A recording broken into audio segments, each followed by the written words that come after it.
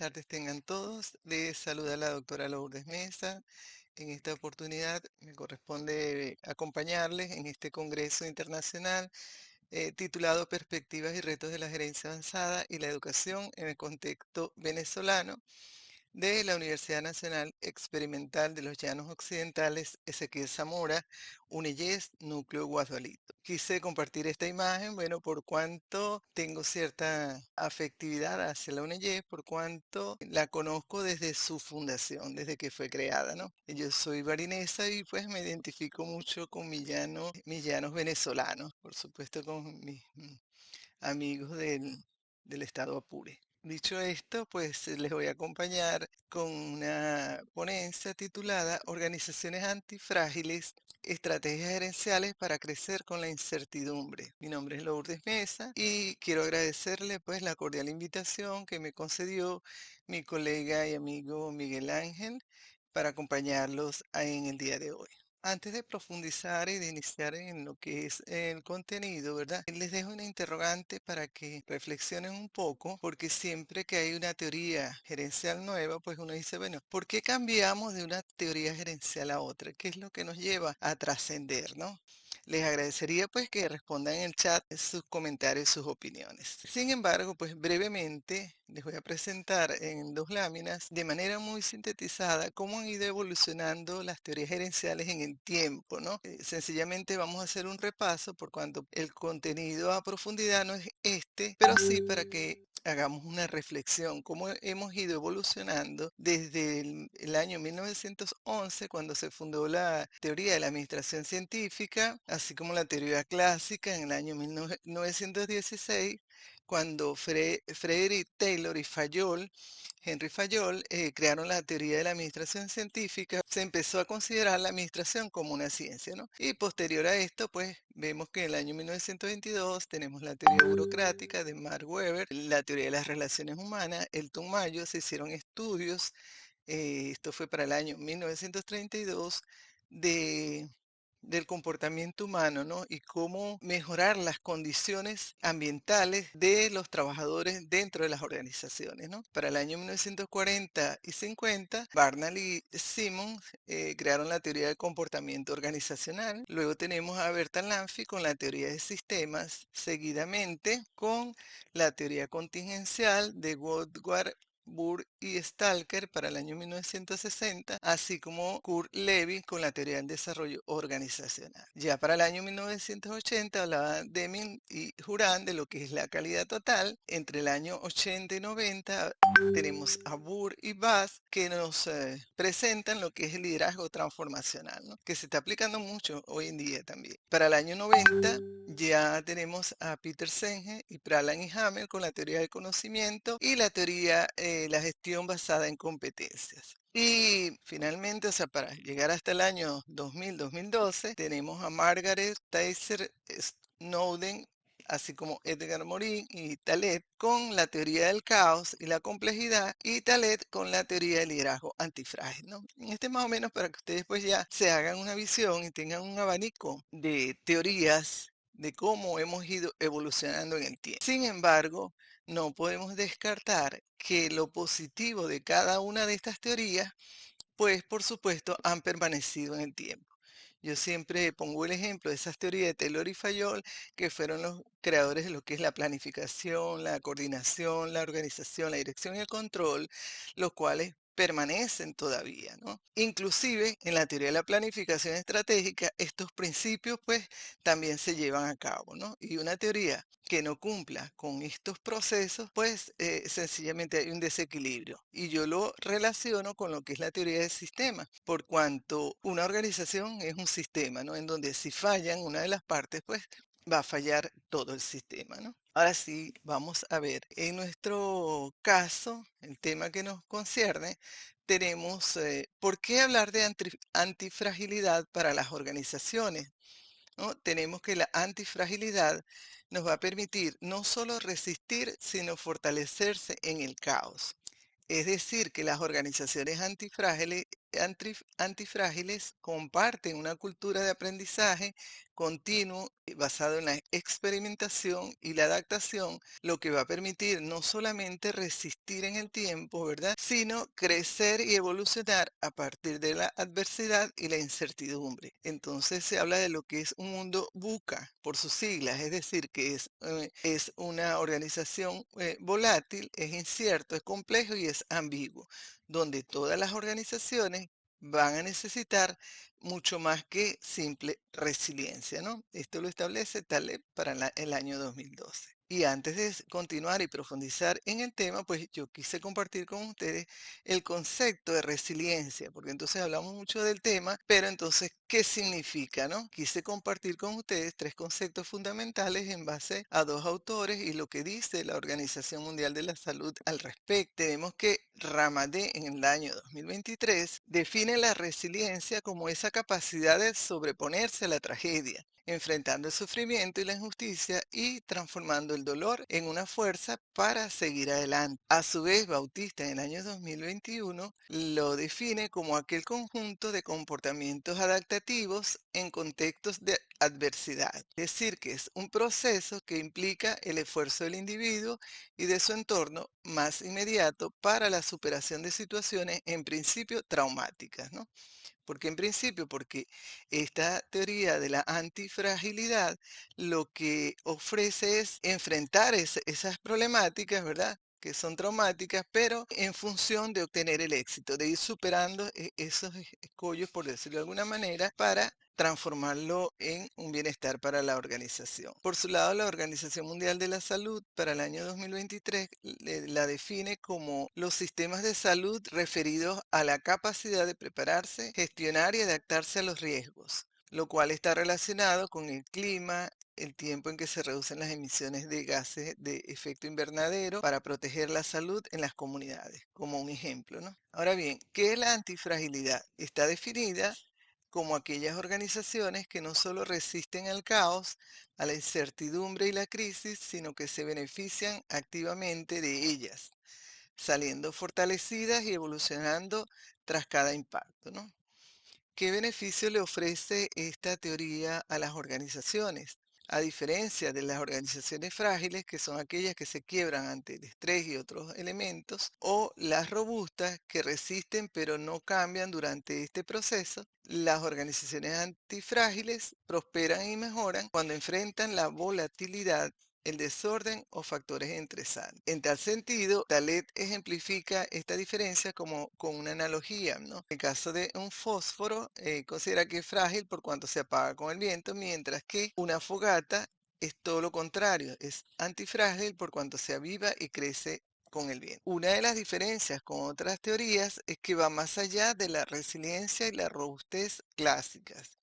Además que se aprovecha el caos en lugar de solo resistirlo. Por otro lado, tenemos que las definiciones actuales de resiliencia reflejan una evolución conceptual que trasciende la idea de resistencia individual ante la adversidad. Es decir, que se concibe como una capacidad sistemática y dinámica que va a incluir tanto al individuo como a su entorno social, institucional y ambiental.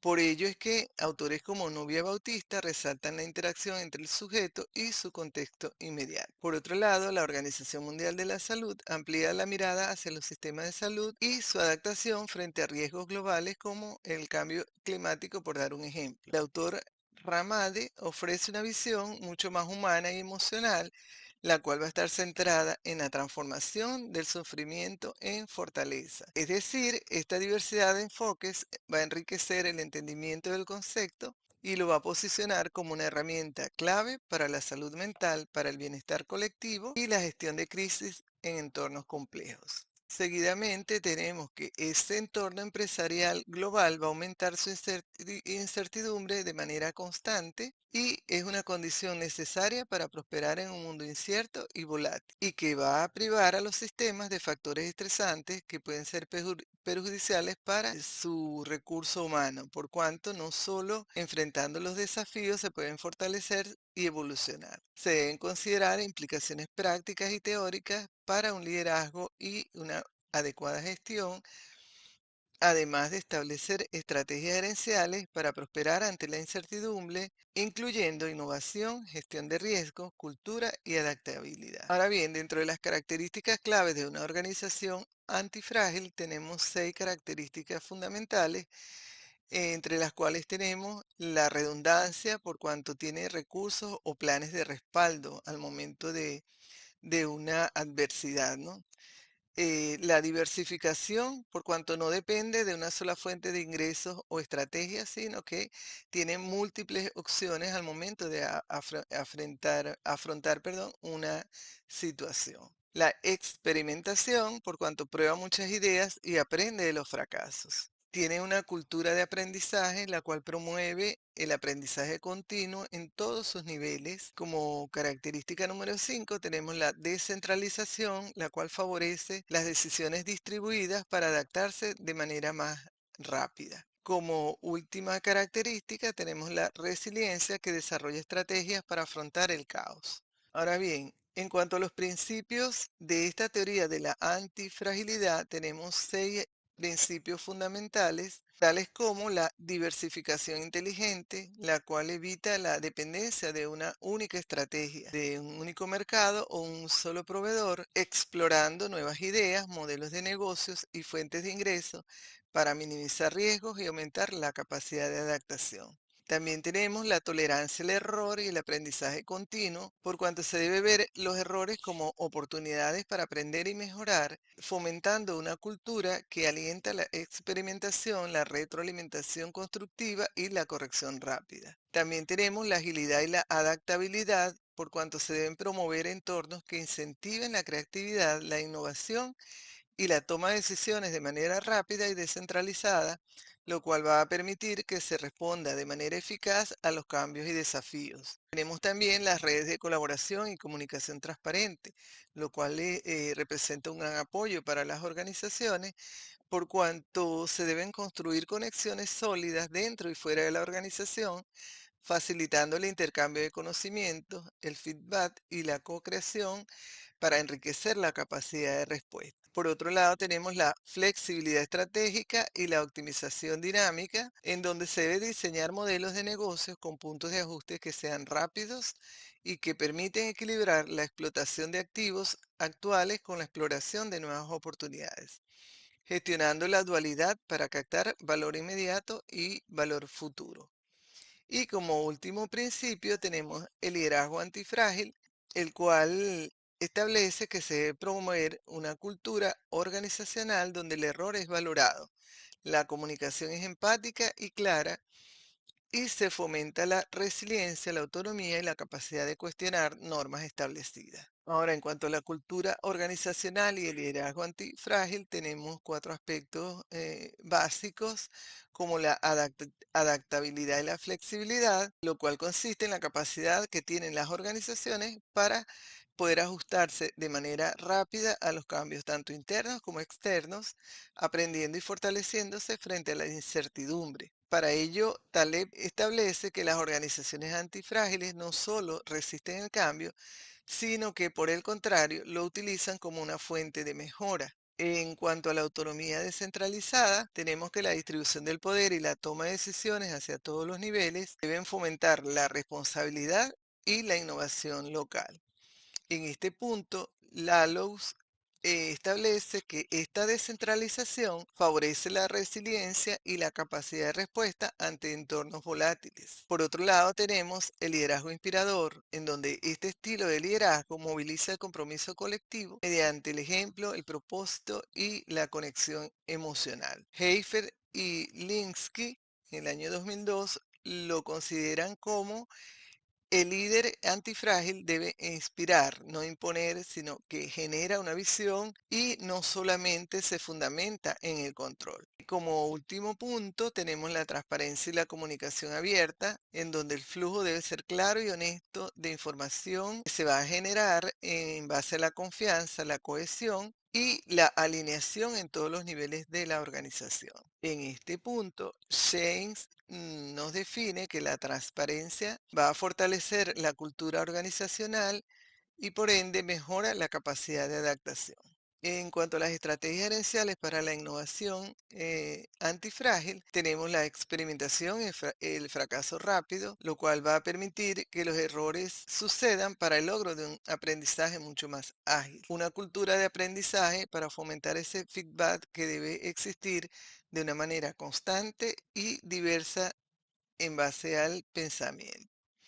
Las metodologías ágiles y el Lean Startup generan la flexibilidad en desarrollo y mejora continua. Vamos a tener varios ejemplos empresariales. Aquí les estoy mencionando solamente dos, como Google y Amazon, como ejemplos de casos de éxito. Ahora, ¿en qué consiste la metodología Lean Start? Está definida como aquella metodología para desarrollar negocios y productos basada en la experimentación continua, el aprendizaje validado y ciclos rápidos de iteración, donde su objetivo va a ser reducir el riesgo y la incertidumbre en la creación de empresas, permitiendo que los emprendedores validen sus ideas antes de hacer grandes inversiones. Ahora, ¿cuáles son estos principios claves del Lean Start? Tenemos cuatro principios básicos como, por ejemplo, el número uno, construir, medir, aprender. ¿En qué consiste? Que se crean productos mínimos viables para probar hipótesis y aprender del comportamiento de los usuarios. Tenemos el aprendizaje validado, donde no se trata solo de construir rápido, sino de aprender con evidencia si una idea es viable. La iteración rápida consiste en ajustar el modelo de negocio en base a los datos obtenidos de los clientes reales, y la medición relevante, que se enfoca en métricas accionales, no solamente en métricas vanidosas. ¿En qué consiste este término de la iteración, que la mencionábamos hace un momento? Es sencillamente la repetición de un proceso con el fin de mejorar o acercarse a un resultado deseado. Se utiliza mucho en áreas como tecnología, el diseño, el emprendimiento y la educación. También se define como repetir una acción o proceso, aprendiendo de cada ciclo para hacerlo mejor en futuras oportunidades. En este contexto, consiste en una interacción que implica lanzar una versión inicial de un producto para medir cómo reaccionan ante los usuarios, aprender de esa experiencia y hacer los ajustes necesarios, ¿no? Previamente que se haya realizado estas pruebas, ¿no? Luego se repite el ciclo, construir, medir, aprender, hasta que veamos que este proceso es factible y que es aceptable para la organización. Un ejemplo de ello, tenemos un equipo que crea una app, lo prueba con 50 usuarios en una primera oportunidad, recopila los comentarios, mejora la interfaz y luego vuelve a probarla. Entonces, cada uno de estos ciclos son denominados como una iteración. Ahora vamos a ver algunos autores que han tenido influencia en este pensamiento antifrágil. Tenemos a Hamel con las organizaciones adaptativas, en donde él enfatiza la adaptabilidad y la autorrenovación en la gestión. Tenemos también a Peter Drucker con la innovación constante, que se centra en la innovación continua y la gestión del cambio. Por otro lado, Wentley presenta estructuras abiertas al caos y aboga por estructuras que prosperan en el caos y en el aprendizaje. Y por último tenemos a Mandelbrot en sistemas caóticos, donde inspira a Taleb con estudios sobre este tipo de sistemas. Seguimos con los ejemplos de empresas antifrágiles en acción. Tenemos primer caso Amazon, el cual responde en el caso de la pandemia, perdón, tuvo mucho éxito por cuanto aceleró la transformación digital y expandió la logística durante la crisis del COVID-19. También tenemos a Netflix con el cual transiciona al streaming y cambia del alquiler de DVDs a streaming, revolucionando el consumo de medios. Tenemos como tercer ejemplo Barbie, que lanzó líneas inclusivas en donde se reinventa con este tipo de productos y con un marketing adaptado a los valores actuales. Tenemos la empresa Sexa, la cual se transforma en Mobi. Es una compañía energética que se transforma abrazando la digitalización y la sostenibilidad. Y tenemos también a Disney, cuya empresa adquiere Marvel, expandiendo su universo de entretenimiento y el alcance hasta donde pueden llegar ellos con sus productos. En el caso de Amazon, está considerado como un gigante antifrágil, tiene un modelo diversificado, opera en tanto a nivel comercial, en la nube y con una amplia publicidad. Tiene una innovación constante a través de inversiones masivas en tecnología y logística y, por supuesto, la adaptabilidad de la cual ya hemos mencionado, por cuanto ajusta rápidamente sus estrategias al mercado cambiante. En el caso que se presentó durante la pandemia, ¿no? Hubo mucha demanda, hubo un comercio electrónico que creció exponencialmente, ampliación rápida de centros de distribución y servicios en la nube, los cuales se fortalecieron con mayor amplitud. La diversificación también de esta empresa a través de múltiples fuentes de ingresos y de mercados, la automatización por el uso intensivo de la robótica para mayor eficiencia y una cultura experimental donde se fomentan pruebas constantes y aprendizaje rápido. Estas empresas, bueno, ya lo habíamos mencionado, Netflix, Zoom, que creció también explosivamente durante este periodo, y Tesla con innovación en autos eléctricos y energía renovable. Algunas lecciones aplicables para la antifragilidad empresarial, fundamentalmente tenemos tres aspectos relevantes, como la innovación, por cuanto se fomenta la innovación y la experimentación constante, la adaptabilidad, por cuanto cambia rápidamente según el mercado, y la cultura resiliente, ya que construye esas culturas de aprendizaje y resiliencia. Ahora, en cuanto a la metodología, tenemos dos aspectos trascendentales, como es la cultura antifrágil y la incertidumbre como estrategia. En cuanto a la cultura antifrágil, se fomentan equipos que aprenden del error, toleran la ambigüedad y se fortalecen en la experimentación constante. Se crean entornos psicológicamente seguros, usan herramientas como escenarios múltiples, pensamientos probabilísticos, estrategias del cisne negro para tomar decisiones efectivas. La antifragilidad, superar la resiliencia al beneficiarse del estrés y la volatilidad. Como ejemplo, el caso de Amazon con sus microfracasos controlados. Hace un momento mencionábamos lo que eran los cisnes negros, los cuales son piezas de información inesperadas o desconocidas que pueden cambiar radicalmente el curso de una negociación. La idea es estar atento a señales y detalles ocultos que la otra parte no está revelando, pero que podrían ser fundamentales para alcanzar un acuerdo favorable. Es decir, identificar estos factores es clave para negociar con éxito, ya que pueden ofrecer un giro inesperado. Esta definición fue dada por el autor Chris Voss en el año 2016 con su libro Rompe la barrera del no. ¿No? Aquí tienen pues una breve explicación de lo que significa esta teoría del cisne negro, ¿no? Y cuál fue su origen. Y bueno, finalmente para concluir, lo enfoqué en cuatro aspectos relevantes como son que la antifragilidad es una práctica organizacional y un nuevo paradigma para la alta gerencia, donde no solo se trata de resistir, sino de prosperar gracias al cambio. Se debe impulsar una cultura organizacional que valore la experimentación, el aprendizaje de los errores y la flexibilidad de manera tal que se fortalezca la capacidad de la empresa para enfrentar desafíos futuros con mayor resiliencia y creatividad. Desafía los modelos tradicionales que buscan solo la estabilidad, promoviendo en cambio estructuras organizativas dinámicas y descentralizadas que se adaptan mejor a entornos complejos y volátiles, y a su vez implementa marcos flexibles adaptados a cada organización e incorpora principios antifrágiles en la gestión, además de que contribuye a desarrollar sistemas organizacionales sostenibles y robustos que van a ser capaces de evolucionar frente a la disrupción tecnológica y los cambios constantes del mercado. Ahora bien, bueno, esta ha sido toda la presentación. Les invito a participar con sus inquietudes, sus interrogantes y sus aportes. Bueno, muchísimas gracias.